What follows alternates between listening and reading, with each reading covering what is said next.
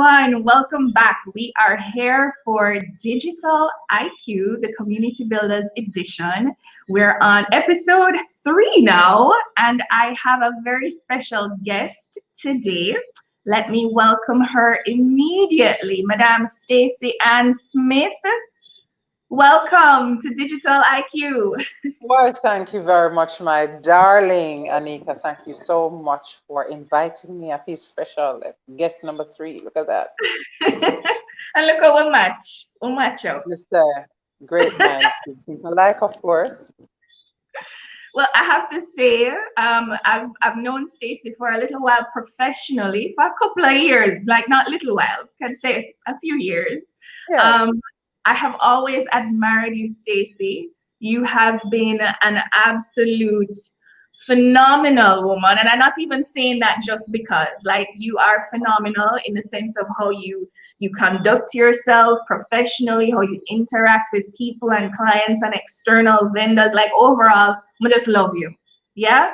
But on top Wow. of being that professional and working in media for quite some time, you are also, well, a mom.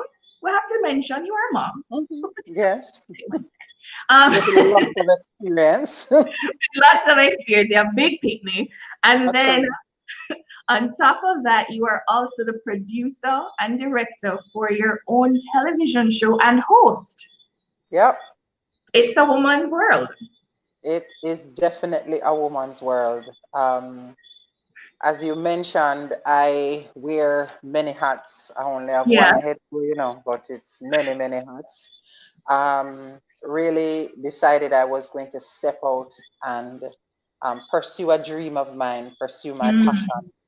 A few years ago, I just got up one day and I said, you know what, faith without work is dead, right? So we're mm, going to put some work behind this faith and to get this dream and this vision off the ground.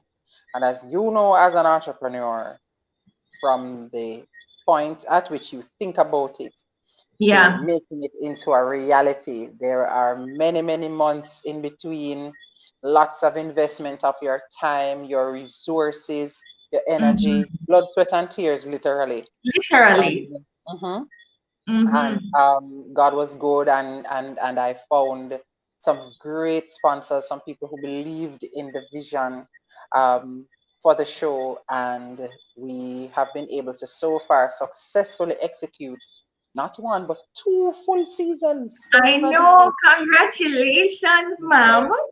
I'm telling you, I'm so very, very grateful for the support. I mean, even you have been a support to me as well along the journey. And I'm so Hmm. very grateful for all of those people who, as you know, as a small business owner, you do rely on that community. Hmm. You do rely on people to participate and to support in so many different ways.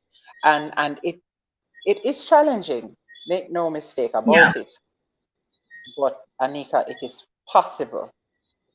You know, It's it is possible. possible if you Hmm. Hmm. put in the work and you put in the effort, and you know it's a seed. You have to, once you plant it, you have to nurture it and pray over it as well. Very important. And just walk it through step by Yeah. step, making sure that you give yourself permission to make mistakes as you go along, because it is a learning process. And as you go, you learn Hmm. new things. And season 2 is was a lot less rocky than season 1 from a number of perspectives. And as you Right. go, you refine and you become not just a better creative, but a better um, business Mhm. person, managing your business, the Right. financial side of things in a way that helps you to grow that small seed that you planted. Mhm. What I loved, one of the things that jumped out at me when you were talking a while ago was giving yourself permission to make mistakes. Yeah.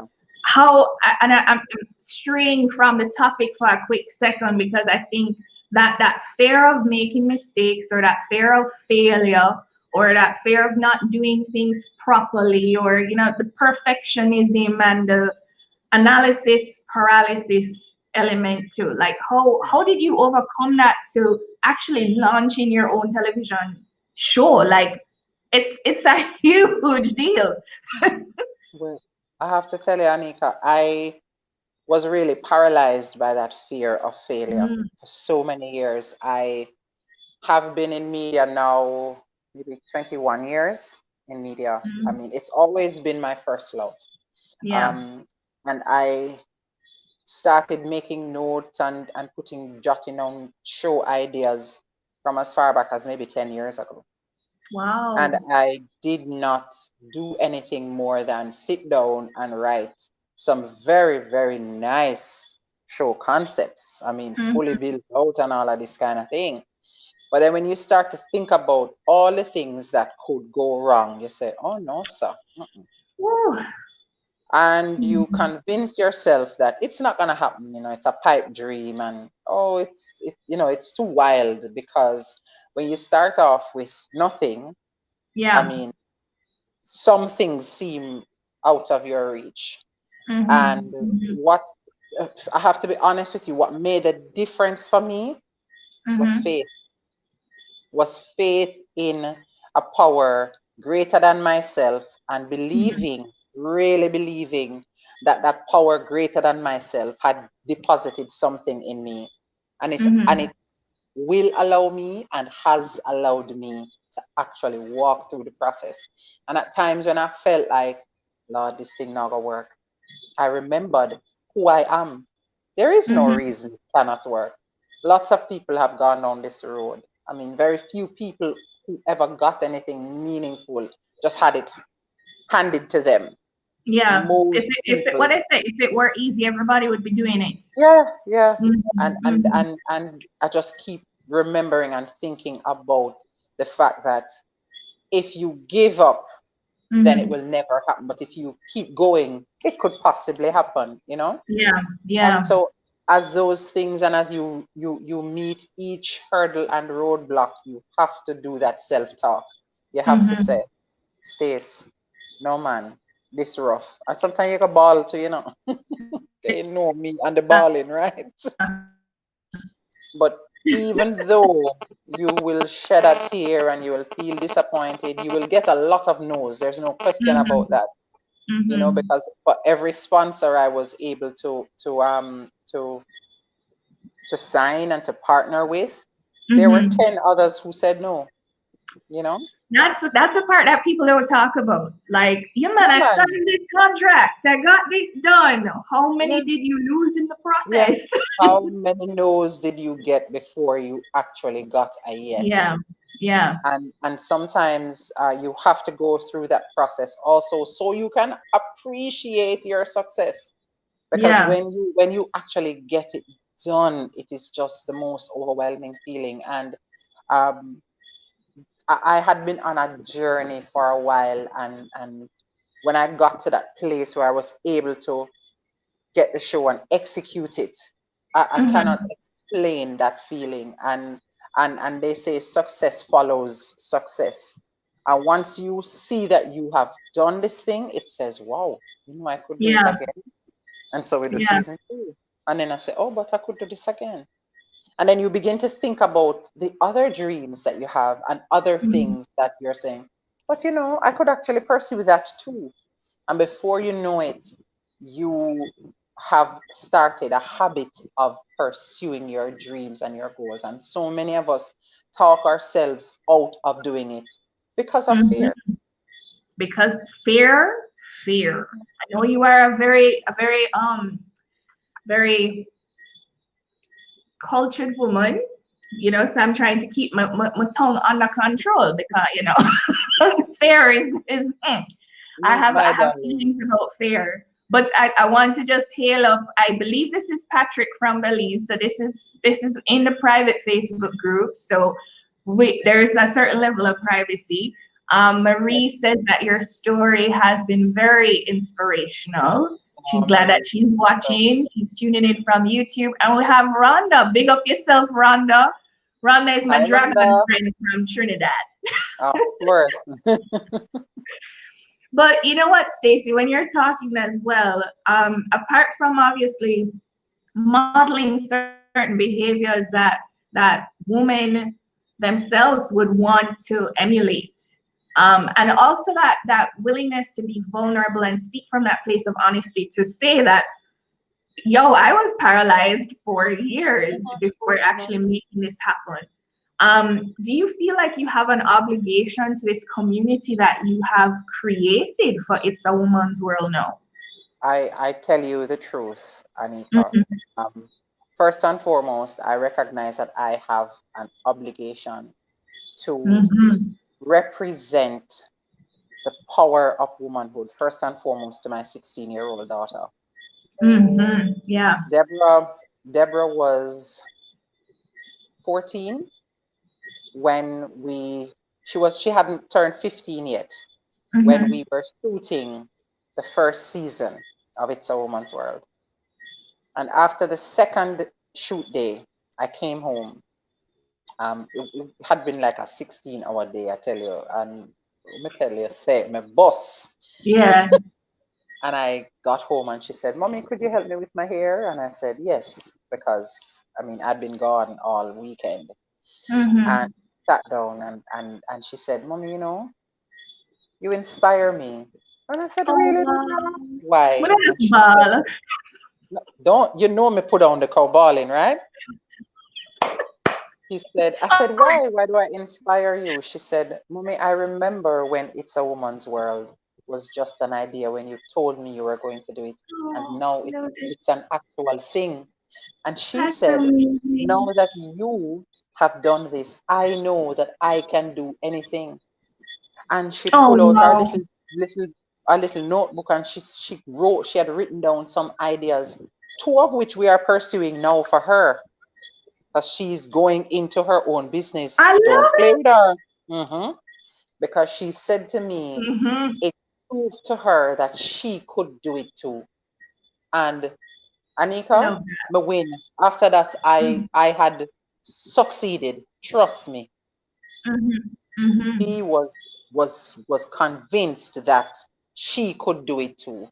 And that is Yeah. the same kind of inspiration I hope that viewers will have, that followers will have to see and to understand. Sometimes you're watching a show and you see people and we're all made up and we're here fixed nice and makeup and we sound nice, but there is so Mm-hmm. much more that happens to take you to that point, and there's a lot of work that goes Yeah. into making it a reality. And if we can say to women, you can do this, you could actually do this, and allow Mm-hmm. us to really believe, because looking at some of the things that prevent us from really pushing out there. A lot of women are raised, I know, certainly in this culture, and certainly in my experience, the men Yeah. are the go-getters, you know?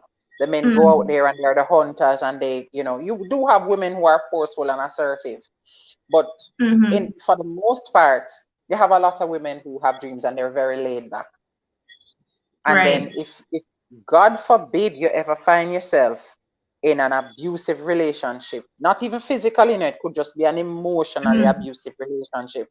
It saps your energy. It just totally destroys your self-confidence, and you need those critical elements in order to be an entrepreneur and a successful one. I mean, there is no Right. way for you to really go out there and be and do without really being confident in your ability to do it. So you have to Mm-hmm. start Mm-hmm. by, first of all, just deciding that you can do this.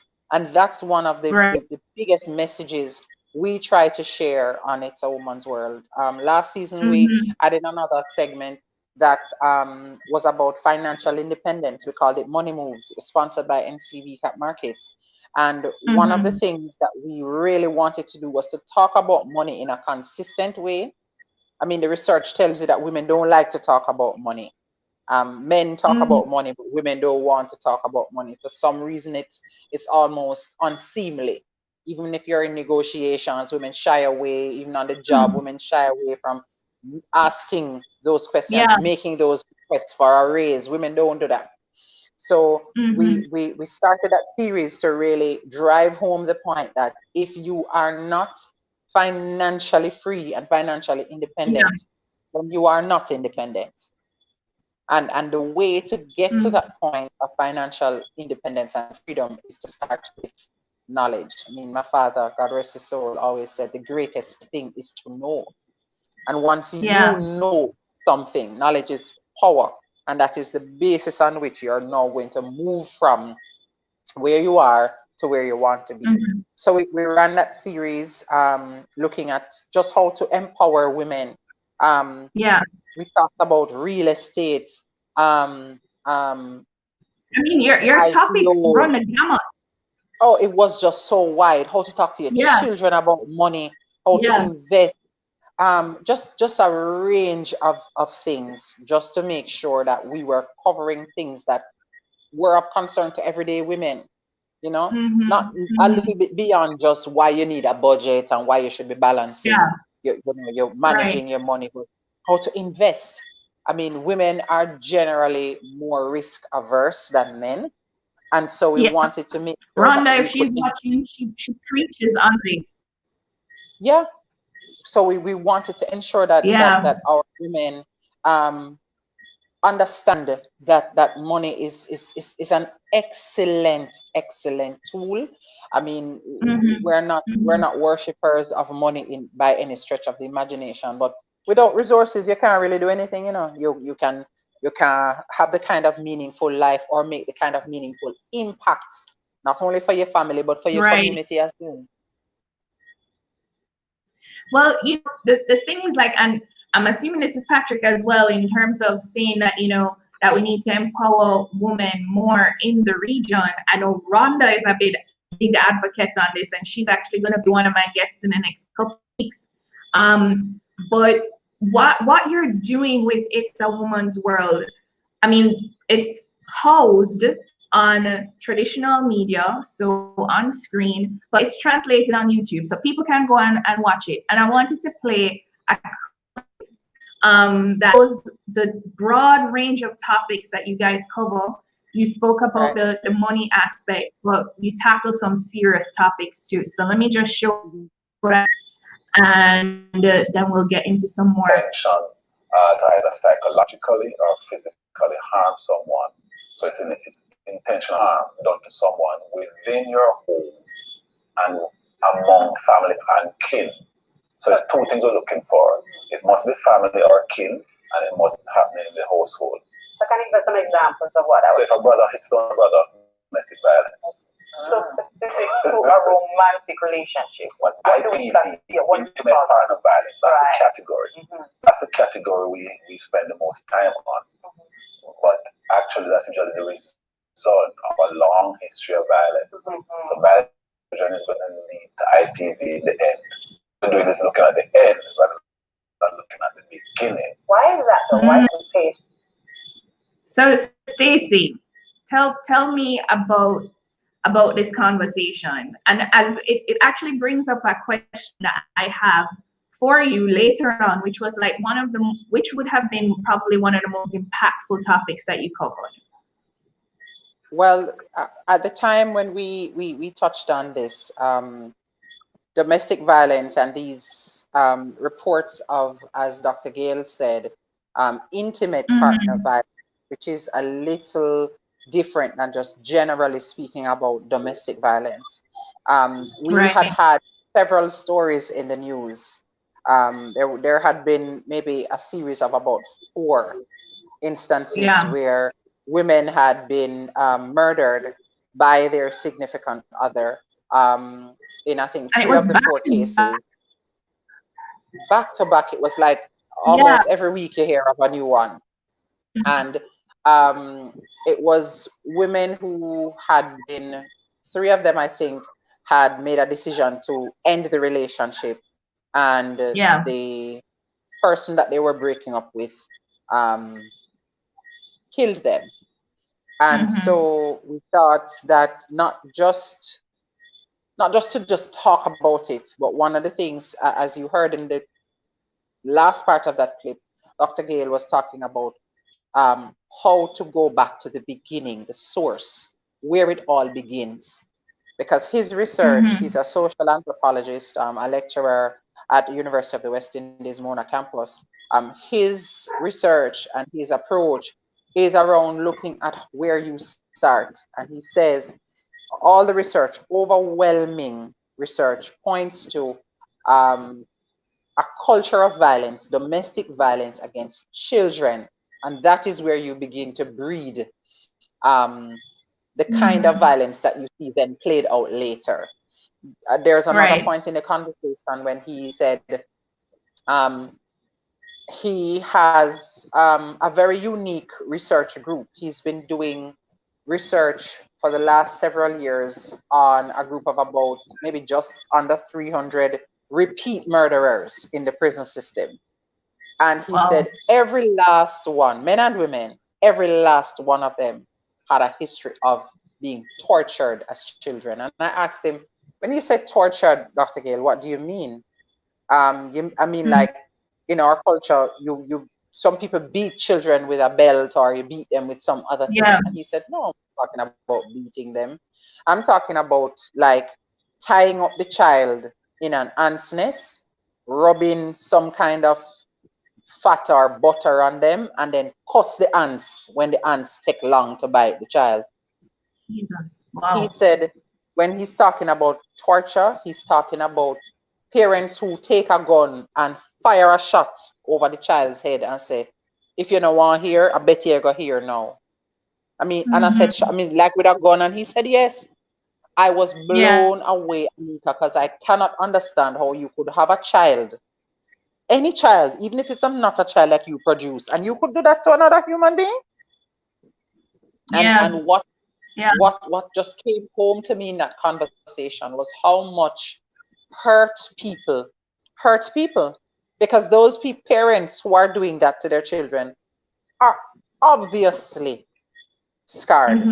These are people who are carrying, who need therapy like breakfast, lunch, and dinner. Isn't that almost terrible a generational curse? It is. Yeah, it is. In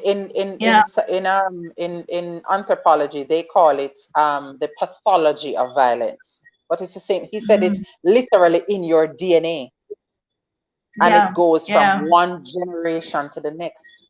And so I said to him, how do we fix that?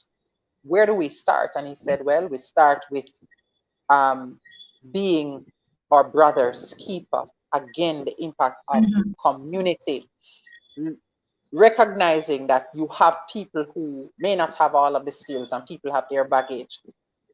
It is deciding that you are going to step up, and you see your neighbor abusing your child, you go and say, talk to me, what's happening?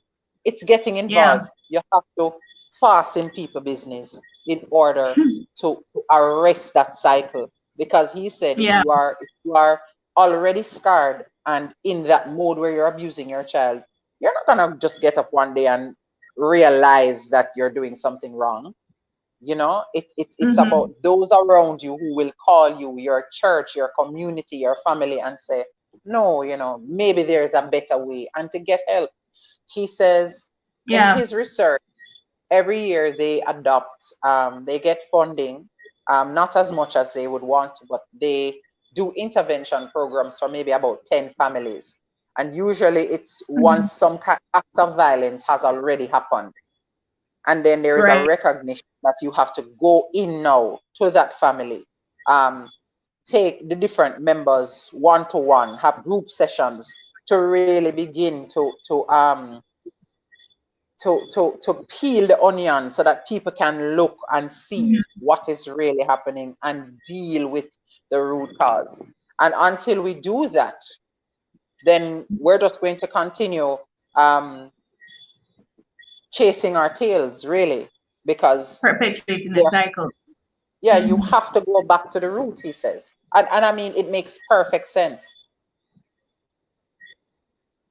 When you're talking about while you were speaking a while ago, and the impact that we as community members can have on individuals, what have been some of the responses you've received, whether it be out in public, because this is on local television here, but it's also online. Y'all need to go to YouTube and check it out. For It's a Woman's World Jamaica. Please look for it. But what has the response been to you in that sense of obligation and that responsibility that you've been carrying to create content for your community or for a larger community of women? It's overwhelming. It really is. It has Mm-hmm. been just amazing. We've had topics where we deal with heavy issues like domestic violence, for instance. Yeah. And then we had an episode that really got a lot of feedback as well. We talked about um, life for women after 50. You know, we have a society Mm-hmm. where when a woman gets to a certain age, um, if you're not married already or you don't have a long-term relationship, you can't get nobody because anybody in your age is going to be looking for a young girl, that kind of thing. And people say, oh, the picking slim and whatever. And so many women reached out to say, boy, you know, they really appreciate us talking about those issues.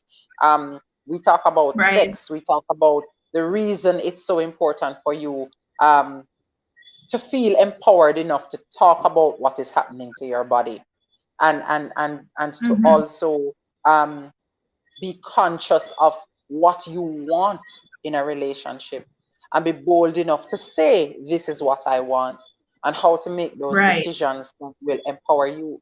And while you talk about we say it's a woman's world, but we really do believe that we cannot do it without the men. And one Mm-hmm. of the things that I recognized many years ago is, until and unless we empower our women, our families will continue to lag.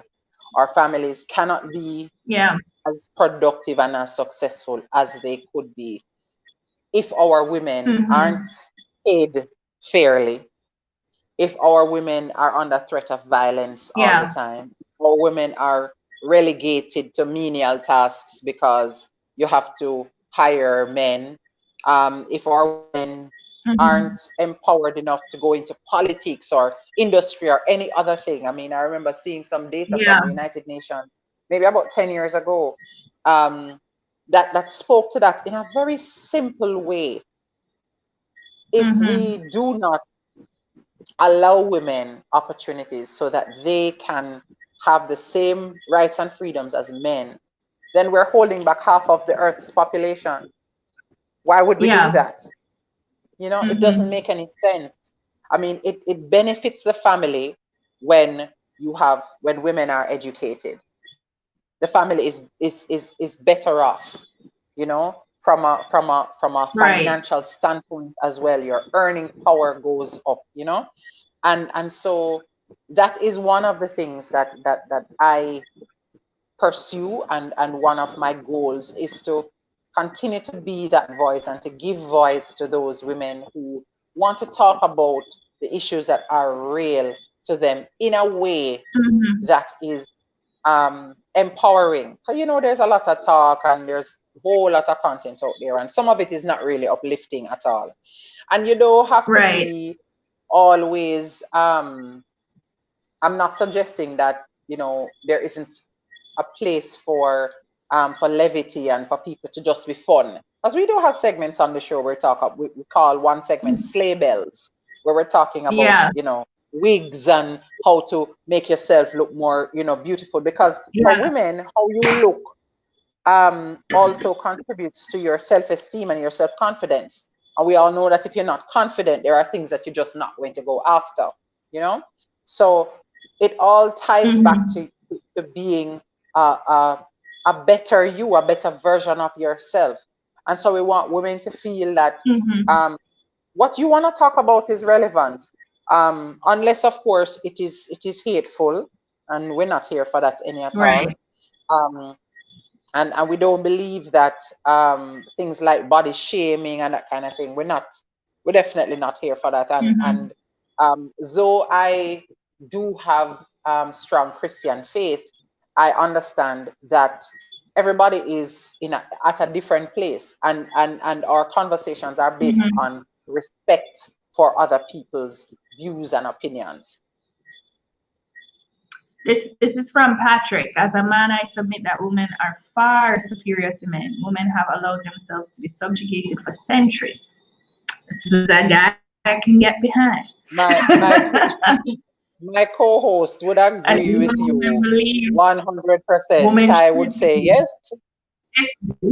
You see that? Yeah, but And even no, women I believe agree. some women should be. There Mm-hmm. are women who believe that. There are women The who thing believe can't that. run right And in this world if women are involved in its administration. You see, this is why these are my people. but you see, These are my there needs to be balance. There is a reason God made us different, men and women. We have a different makeup, and together we complement each other. So I don't understand why some people believe that um a man's viewpoint should be the only one or the deciding one. It should be something that yeah. that you can partner on, and come to a midpoint that makes sense and works for the whole, Find a balance you know? in there. Find that balance. But Yeah, but I want to talk more about the community element, because it's harder to translate that into from television until you're seeing it start to evolve in the right. online space. And Yeah. it's a woman's world. You have your Facebook page, you have your Instagram, you all follow, and of Mm-hmm. course you have the YouTube channel. So Mm-hmm. my question is, do you, and I mean, I'm speaking to you as well from the standpoint of you being in media for quite some time and far from, or being more on the traditional sense, moving into digital. But do you think that, the essence of an online community, does that take away from the human interactive element? Is there a benefit? Is there the negative? Like what do you foresee? There is certainly tremendous value in an online community. Um, from the simple things like the speed at which people can interact and respond to you and give you feedback, to the fact that there are people who are more comfortable contributing in that kind of safer Yeah, space than yeah, yeah. face to face. Then there is also access. Um, Mhm. as you point out, I worked in trad media for a long time, and you didn't really, Mhm. unless you actually leave the studio and go out on the street and somebody Yeah, recognizes you and say, "Oh, hey, I saw you on the news," or I saw you on It's a Woman's World. When is the show coming back? I love it, that kind of thing. Outside of those kinds of interactions, you don't get mhm. feedback like you do, and as is possible online. So the online Yeah, community is very important. I mean, we used our social media platforms to get ideas for discussions. We would feedback reach out and say, yeah, feedback. People mhm, say, I wanted to talk about this, or and you know insight. and insights. This is what is Mhm. happening. And Anika, I cannot tell you how many people would send direct messages, those Yeah, DMs, to say, I don't want to come on the show, but I have to tell you thank you for talking about that. Or people right. who said, where can I go to get some help?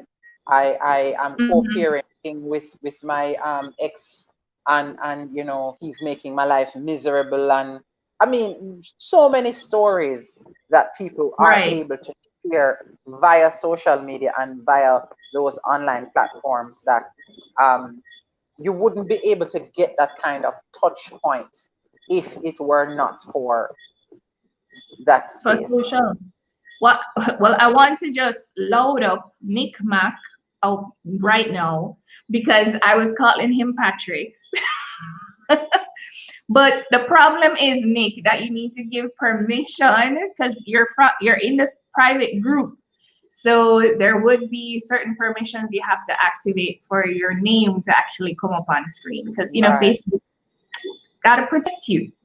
Um, so okay, coming back to the talk about community, I guess one of my next questions here, and I'm going through because we kind of been all over the place, but I'm loving how the conversation has been I'm going. having a good conversation. I don't know about you.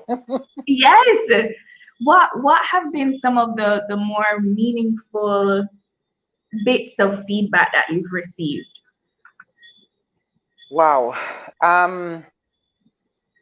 I especially like those direct messages where people say, thank you for talking about Mm-hmm. that. Mm-hmm. We actually had a conversation around pornography. And Mm-hmm. yes, we got quite a bit of comments on that. I mean, public comments, and then persons would message to say, um, I've never seen anybody talk about pornography in a productive way. One lady messaged and said, um, it made her feel, it made it less taboo and made her Mm-hmm. feel less guilty. She felt normal. I think normal was the word she used. I think so. And Yeah. when people reach out like that, you know that you Mm-hmm. had an impact, and Yeah. it's very, very heartening to know that you're not only providing content that people enjoy and people find funny, because people love the chemistry between us girls on the set. Yeah. Um, but it's meaningful to them, and people, they're learning things. Like even in that conversation with Dr. Gale, we had quite a lot of comments I can coming in. People, imagine. yeah, people messaging, especially those DMs, to say, boy, they're in an abusive relationship. And I mean, Mm-hmm. it broke my heart, just hearing how many people were struggling in bad situations. And Yeah. it makes you feel that you're on the right track, that you are providing a public good. People Mm-hmm. want not just conversation that they can laugh about and get lost in, but they can learn something. Yeah. When Herbert Gale also told us that based on the actual numbers, the empirical data, um, Mm-hmm. a lot of women get killed in what they call matey wars, which you don't usually hear about in the news. Yeah, he said the numbers for matey wars are just as high as those Wow. numbers for intimate partner violence, but they don't make the news like that. So you have you, for instance, are involved with let's say Nick. You Mm-hmm. and Nick Mack Don't get me and in trouble with him having wife. a thing and going on, right? And then Yeah. now I decide to get into the relationship. Nick and I are having an affair, and the two of us Mm-hmm. meet up on the road. And in Jamaica, we would call You each want other to a see me. matey. Yeah. Yes, we can see you now, Nick. We can. I will load you up. Even worse. Hush. And before you know it, we start a fight, and one of us is dead. Yeah. And he said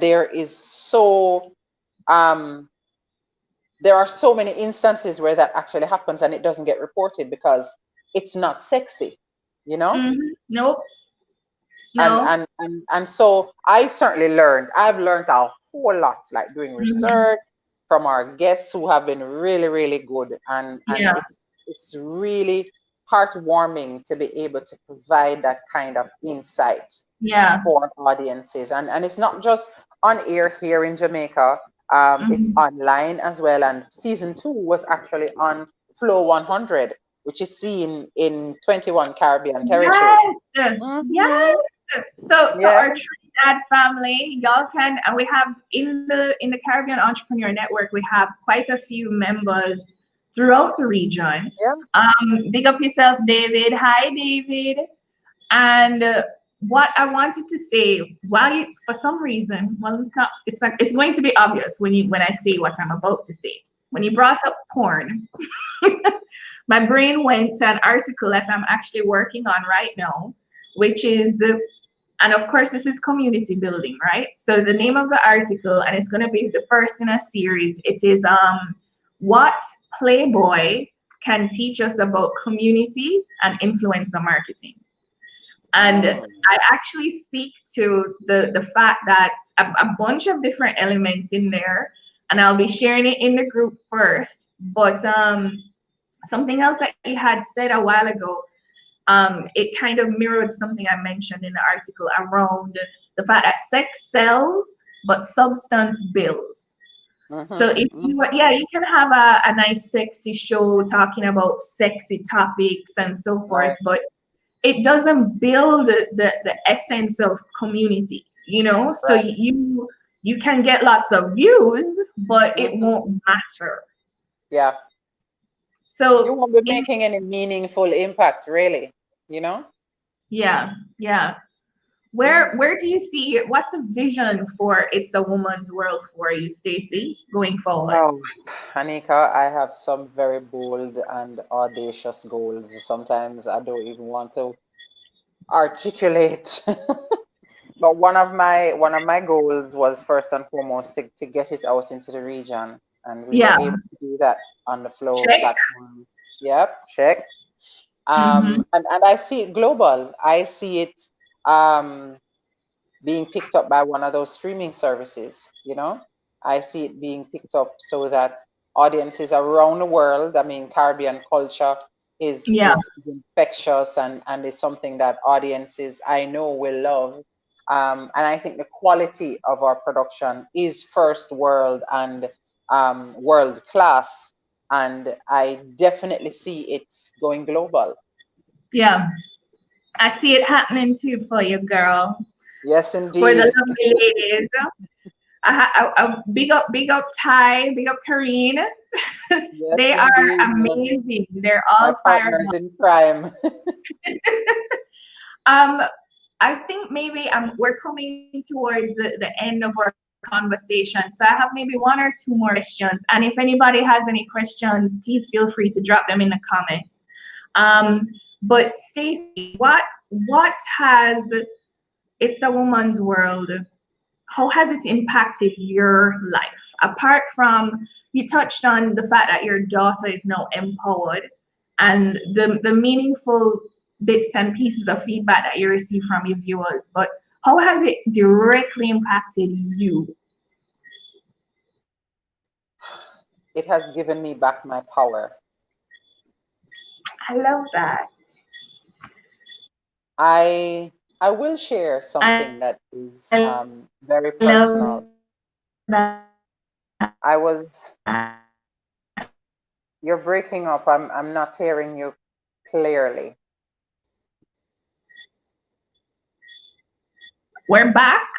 I guess whatever Yes. happened a while ago, it has passed. Yes. Please, we're Right. good. So StreamYard is doing its thing and calibrating. We're good. right. So I for the last several years have been a little rough for me. I was in a very long term relationship that ended, Mm-hmm. and it was rocky for a while. And you know how when you end a relationship, it has a way of um, causing you to question a lot of things about yourself. Mm. And at that point, I had to take stock, and I needed to regroup. And I did a lot of praying and introspection. And I said, I didn't feel confident, and I didn't feel as if it was something I could do. Right. I really dug in and I pressed into my faith, and I said, you know what? If God is with me, there is Mm-hmm. nothing that I cannot do. The worst that could happen is that I'm going to fail. And I Right. started on that journey. And doing the show and executing it in the way that we did, with the impact that we have had, really, really helped to give me back my self-confidence. Mm-hmm. It boosted my self-esteem. Not self-esteem in a way that, oh, maybe you're not so gorgeous, because I'm a gorgeous human being, can I tell Girl, hot, hot girl.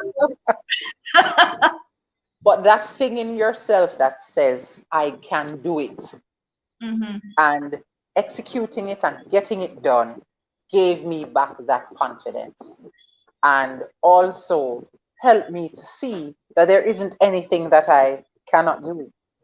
And so now it's almost as if, not almost, I see it as a watershed moment.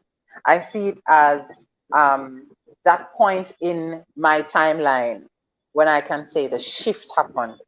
I moved into another gear where, and another level.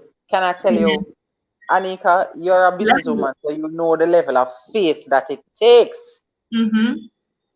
And so it's just moving into another level in my faith, and moving closer to that best version of myself.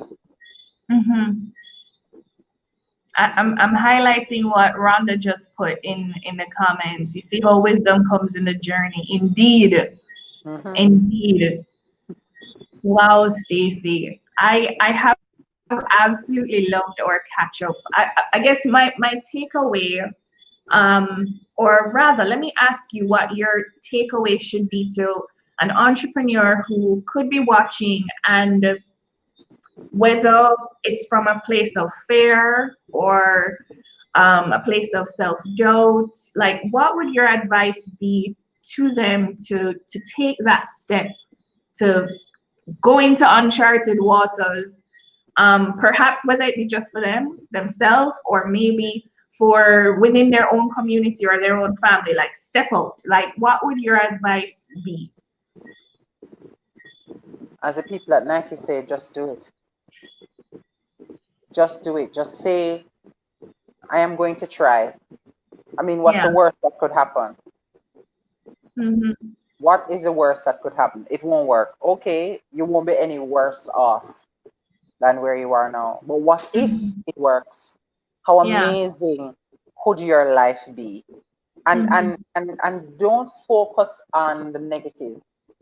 Be real with yourself.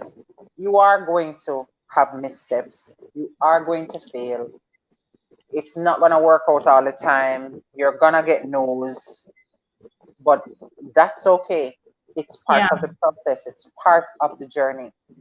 And you have to get to the point where you believe enough in yourself. And I tell you, you have to believe in yourself, you know. It can't just be other people believing in you. That's fine and that's great. And the support is excellent, and you will need that support and that belief that people have in you. But self-belief is very important. Very important. And sometimes you do need a reason to believe. Sometimes you do need a reason. Sometimes it's about your core, your family. It could be your children. It could be you know, your mother. It could be somebody who you really want to be able to take care of, you know. And that can be what drives you. But whatever drives you, ensure that it's grounded in love, you know. It must be love.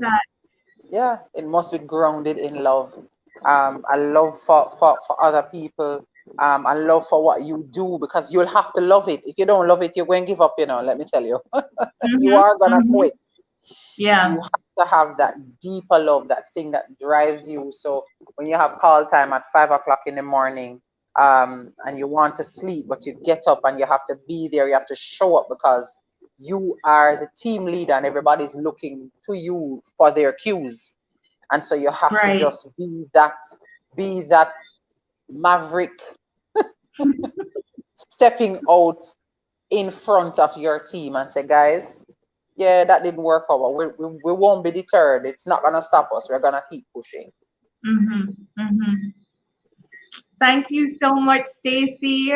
I want to thank you for bringing your passion to the conversation, and bringing a different perspective as well, because the people who I've spoken to previously, they are all within the digital realm, and are housed here, but you have literally crossed the border of being from traditional digital, and your community is growing and blossoming for It's a Woman's World.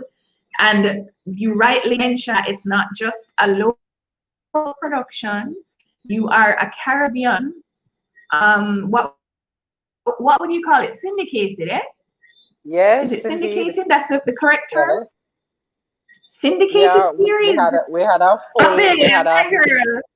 Big up we had about yourself. 4 runs. Because I We had remember about these 4 runs first on numbers. One Caribbean TV as well. Yeah. Hmm. Like seriously, I am so happy for you, Stacy, and I'm so Thank you so much, looking my darling. forward to season 3. Yes, Big things are indeed. happening. Big things are happening. Thank you for joining me, and thank you Thank to you so much, everyone. my darling. Thank you. Thank you. So It we'll be was back. fun. I liked talking to you, Anika. I love talking to you, Stacy. Next time we'll have wine. We need to have some It's wine true. involved. It's true. Yeah, yeah. Hmm. Next time. All right, Stacy. Thank you, and thank you to everyone who tuned in. Bye, Bye. everyone. Bye.